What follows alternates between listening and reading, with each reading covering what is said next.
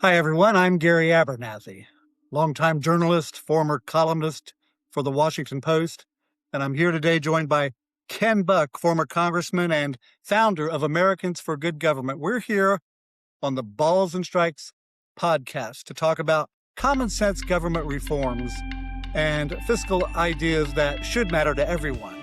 Ken, it's good to see you today. Good to see you also, Gary. Thanks for being here. You've been a longtime budget hawk, talking about just the irresponsible way Congress typically handles the budget.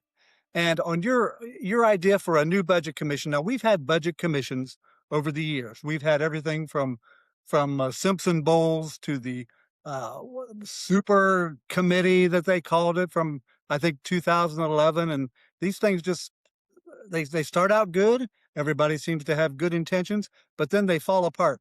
You have a really interesting idea tied to members' pay if they don't agree to a top line budget number, and then they still get to make the decisions themselves. But this commission you're talking about would actually be chaired by the Chief Justice of the United States Supreme Court. Tell us a little bit about that concept. Well, Gary, here's the problem. The budget commissions in the past were gimmicks. They gave members of Congress the ability to spend as much money as they want, and then the solutions are going to be enacted by the next Congress. Well, everybody took that as I can do anything I want, and there's no accountability. And so this commission, and again, it's got to be a grassroots commission. It can't be something that starts in D.C. or it'll be another gimmick. But this commission has teeth to it. Because if Congress doesn't accept the top line number, this commission doesn't decide how much gets spent on defense or how much gets spent on education. The top line number is all that this commission does, is set that number. And then Congress argues out the programs that they want to fit within that top line number. But if Congress doesn't accept that top line number, then there is a sequestration, there is a cap that is imposed. So Congress actually has to act. And if the commission doesn't come up with a number, then the number is whatever the number was in the last cycle. And it could be a 2-year budget cycle or a 1-year budget cycle, depending on how this moves.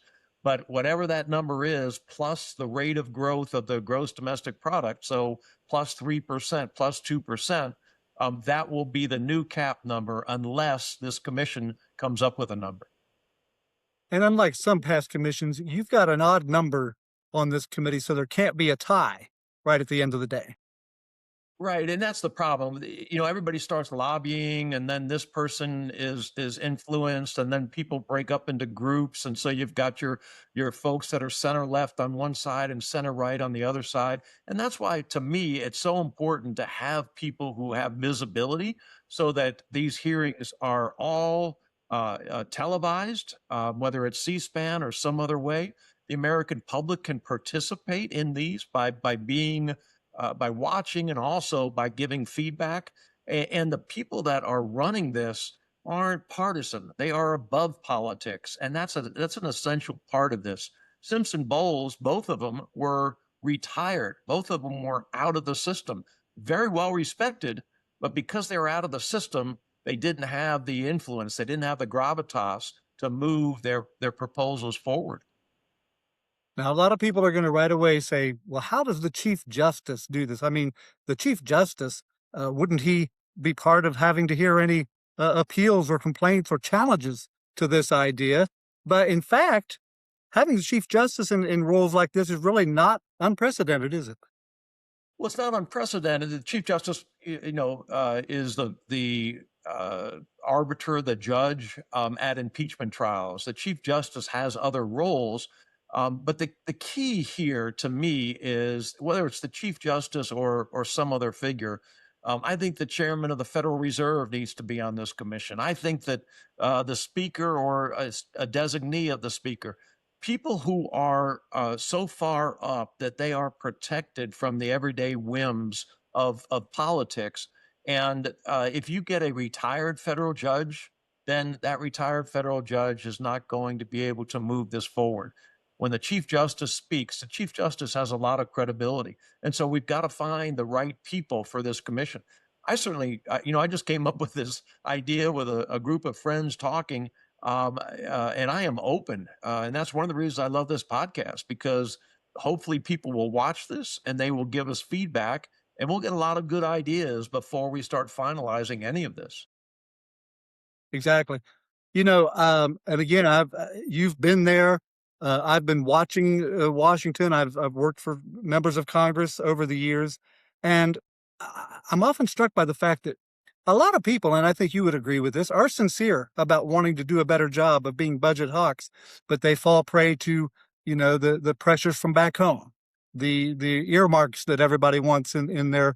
Everybody's against earmarks except for when it comes to what goes to their local communities. Um, I think that of an enforcement mechanism tied to the idea of getting paid is a really interesting concept. And when we have seen it work in the past, it has sort of been tied to that sort of really strong carrot at the end of that stick. Yeah, I agree with you in part and disagree with you in part, Gary. I Okay. think there are a lot of well-intentioned people who come to DC that don't have a spine. And so, yes, they would like to do the right thing, but then they look back home and they're going to get political pressure if they do the right thing. And so then they decide to start compromising. They come to Washington, D.C., and they want to drain the swamp. And they get into the swamp and it sort of feels like a hot tub and they sort of like it there and they want to stay. And so they start compromising on all the things that they promised their constituents they would do. Most Republicans, when they run for office, promise two things. One, they won't vote to raise taxes. And two, they will reduce the national debt. And they can't do both, and they don't do both. How do you work on coming up with the top line number? I mean, we have what we know everybody would call entitlements. We have the Social Security entitlements, the Medicare, and so on. And people realize real quickly, those are such a huge part of the budget that once you try and kind of Doge did this in a way, they found that there's really not a lot of hard numbers to come with. How do you make the hard decisions on this, Ken? Well, you've got to make hard decisions, and nobody is going to make hard decisions in DC until there is a cap, until they have to start choosing between A and B. And so the idea is in this situation that once you set that number, and that you ask what should that number be? Well, that number should be a little bit less, 1%, half a percent less than the number is this year. And then next year it has to be equal to or half a percent less again. We're not going to balance the budget for 30, 40 years. There's no doubt about that. But if we don't start now, we won't balance the budget. We'll have hyperinflation. We'll have all of the sort of economic catastrophe results that we have seen in the past with other countries that will befall the United States. I want to make one final point on the idea of the Chief Justice chairing this, and some really good reasons. People can come up with reasons why not, but I'll offer some reasons here that are in kind of a paper, a white paper, so to speak, on this that you folks have put together at AGG. The Chief Justice brings three qualities to the table that no one else in American government can provide. First, perception of neutrality. Chief Justice is the only senior government official who is not elected, does not campaign, and does not raise money. And that's a very key point in someone chairing a budget commission. They've got the constitutional gravitas to chair this. It sends a message to the world. This is a serious issue. This isn't just another commission. The Chief Justice himself is here. And third, the tie-breaking authority.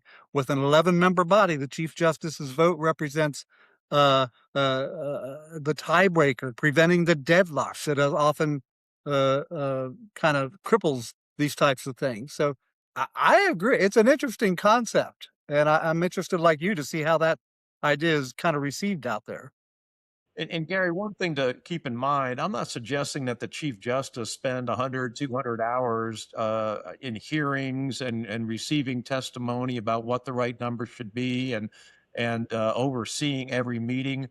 What I'm suggesting is that you have people that are working for the Chief Justice that are assigned to this specifically that report back to the Chief Justice. And when that time comes, when it comes time to fish or cut bait, the Chief Justice is there, the Chief Justice is voting, and the Chief Justice is informed on the different facts and circumstances, and will make a judgment that is in the best interest of the American people.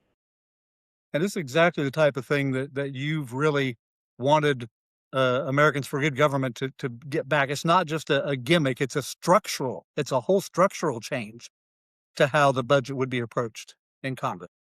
If we don't do things differently, we're going to keep getting the same result. And we've got to Yeah, find something that's an outside of the box idea to do things differently and then make it happen. Ken, it's been great talking to you again. I hope more and more people start to get on this bandwagon of accountability, fiscal restraint. It's something that's not only important for us, but for the next generation, for our children, for our grandchildren, to live in the kind of society that we want for them. Thank you for being available today to talk about these things and tell people more about how you'd like them to get involved with the things you're talking about. Well, Gary, thanks for joining me today and for asking great questions and making great points. I really appreciate your time. But I also want to make sure that the people who are listening to this have the chance to go to Americans, the number 4, good, gov, G-O-V.org, and sign up for our emails and leave some comments about what you think of this podcast as well as other material on Americans for Good Government website. Sign up for emails, join us, become part of this movement. Let's save America. Thank you.